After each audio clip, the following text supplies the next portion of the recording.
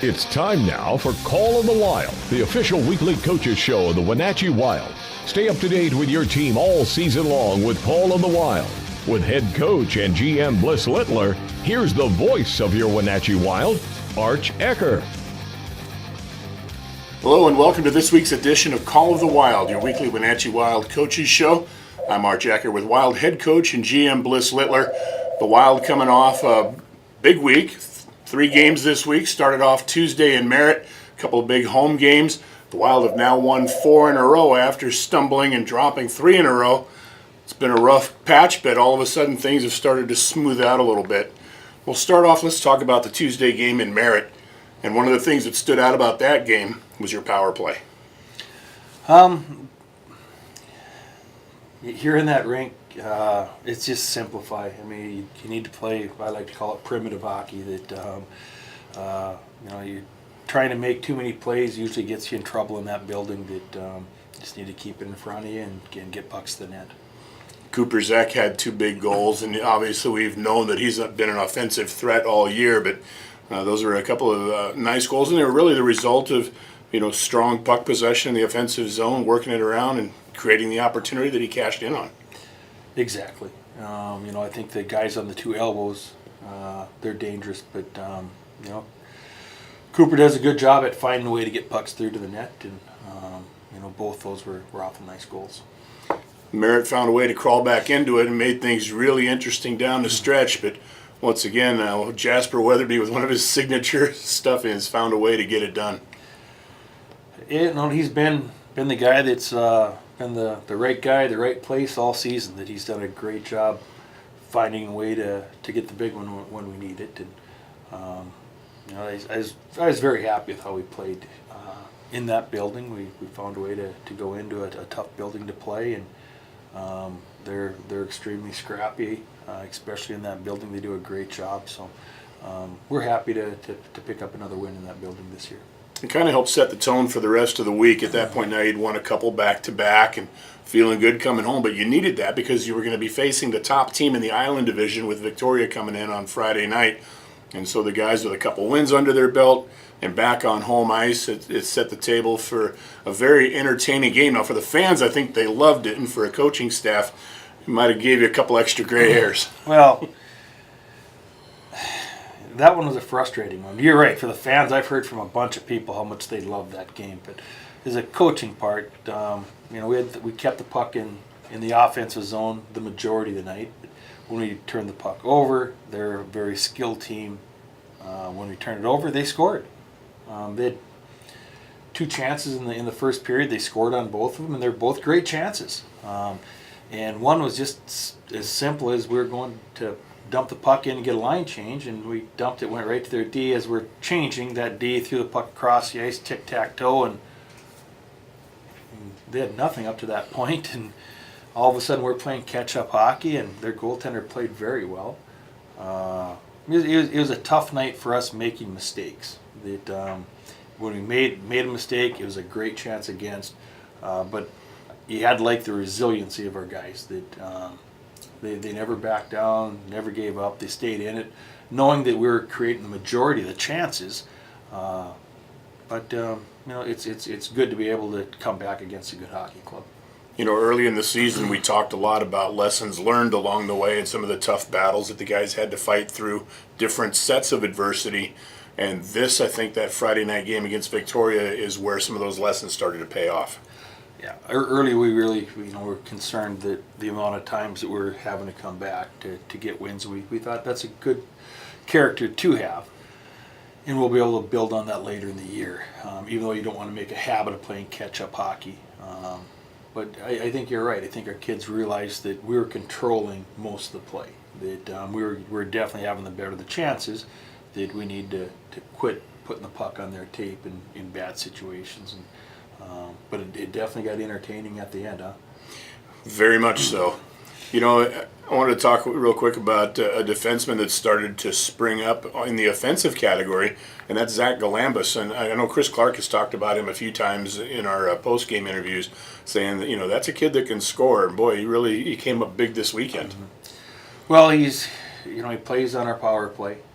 plays in a shooting position on the power play where he gets the puck, that he does a nice job getting it to the net. And as a 20-year-old, I think he's finding a little bit of that scoring touch right now. And I think each week he continues to get better. In A.J. Vanderbeck's game, a 4-goal output against Victoria, and sometimes I just feel like, he wears the C as a captain, and I think sometimes he wears the weight of that a little bit, and there's times where he finds a way to step up and say, okay, guys, I got this one. Well, he scored 4 goals in a BCHL game, in a game that goes to overtime. So, you're not collecting any garbage goals in a 10-2 win where you're getting the last 3-4 goals. Those were, every goal was big, and again, it's good to see that he's a goal scorer. It's good to see as our captain that he's leading by example and doing what he's supposed to do for us.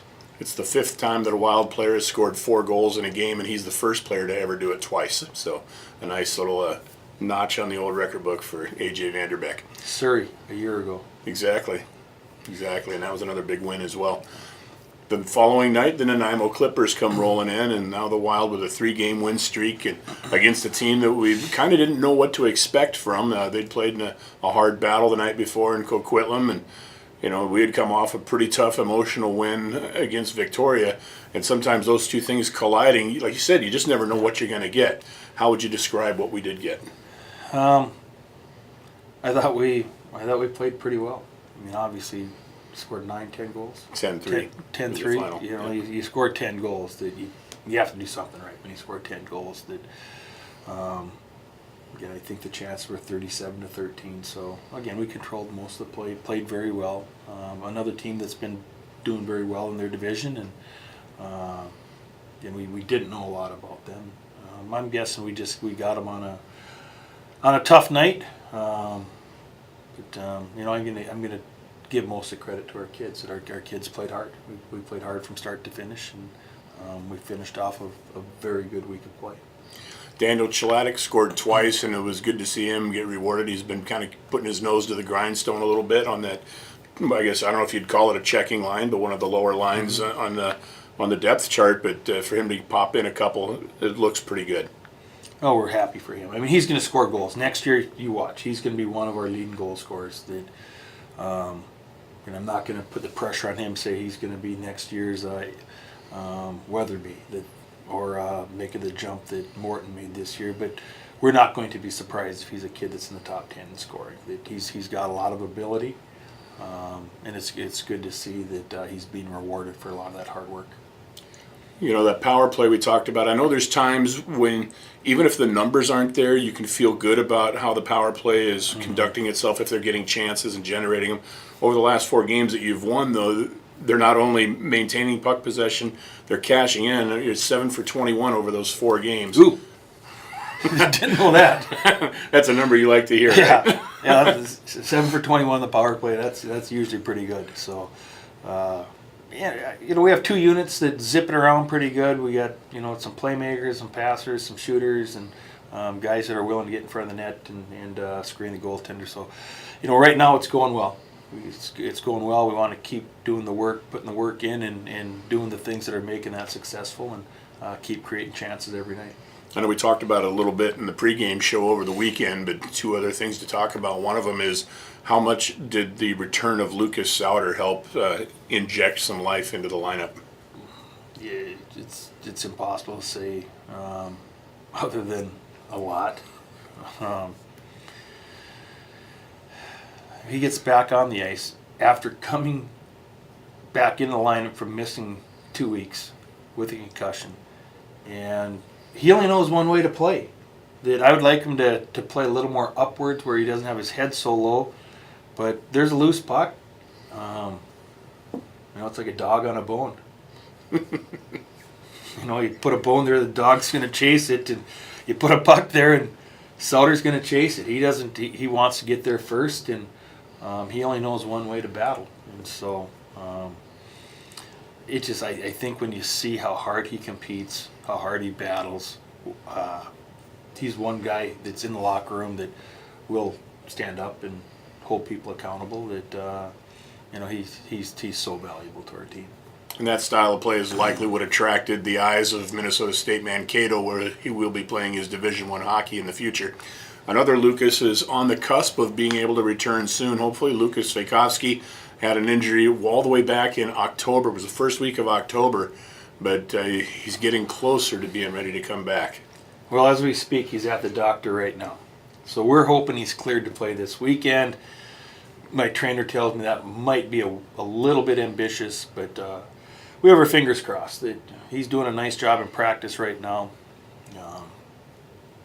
We're excited to get him back in the lineup. As a young player, talk about the contributions he was able to make, early on in the first few weeks of the season, stepping in as, I guess at the time, the youngest player on the roster and fitting right in instantly, which is not easy to do.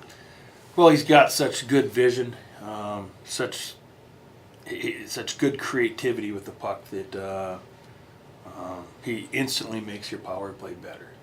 Just instantly, that he'll make it better. That and what he does, he just adds more skill to our lineup, more depth. That it'll take him a while to adjust to the speed again. I mean, he's been out for over 4 months, so the speed's going to be a big deal to him. But he's a hockey player. I mean, he's going to adjust. That he'll adjust to it.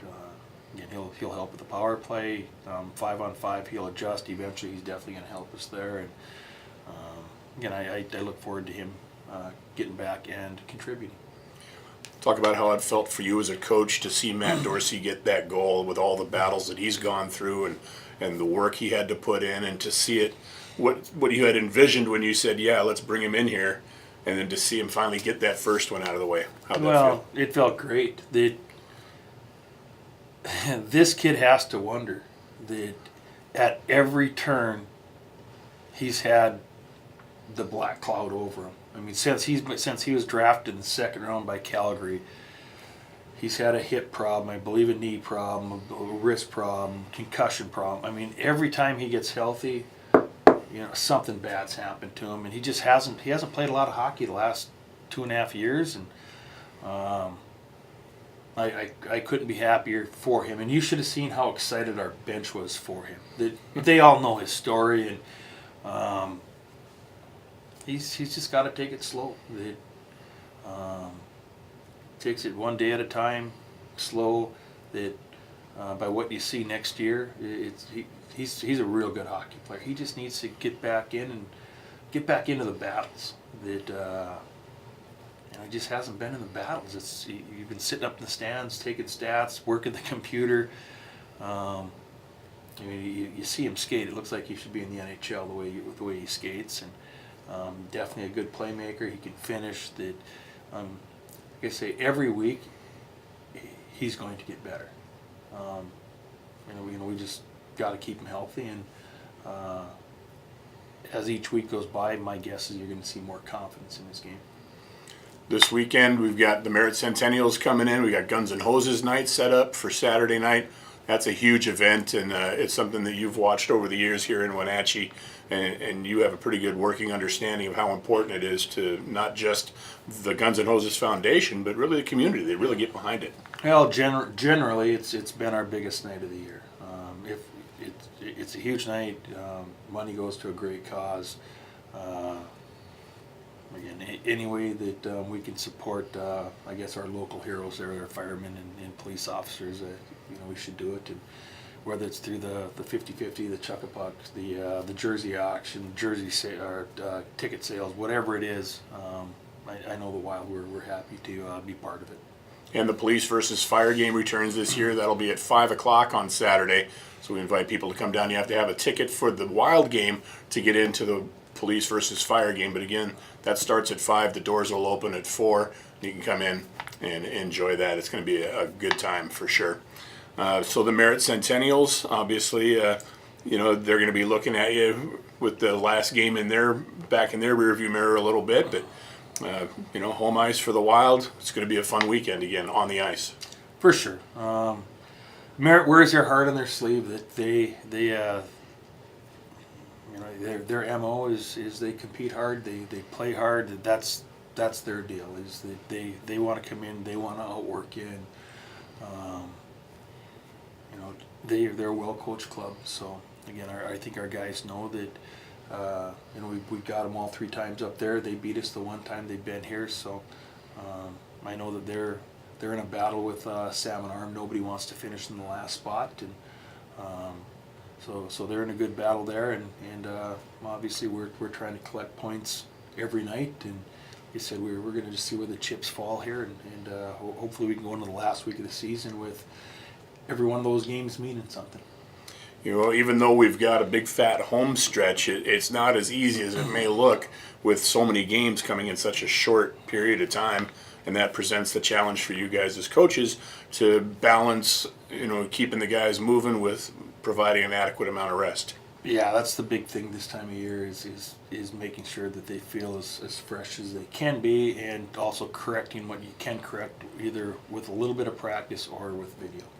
You know, I saw a tweet this morning you probably saw as well, and it said that if your guys are feeling 100% at this time of year, they're not working hard enough. Oh, that was great, huh? Yeah. That was great. That we've already sent that out to every kid. The little video clip. Yeah, that's awesome. It's true though. I mean, if you're 100% right now, then you're definitely not working hard enough. Well, that's about going to wrap it up for us for this week. Make sure you pop out and join us at Town Toyota Center Friday and Saturday night as the Wild take on the Merritt Centennials. He's Bliss Littler. I'm Arch Ecker. Have a great week, everyone. You've been listening to Call of the Wild, the official weekly coaches show of the Wenatchee Wild, a presentation of the Wenatchee Wild Hockey Network.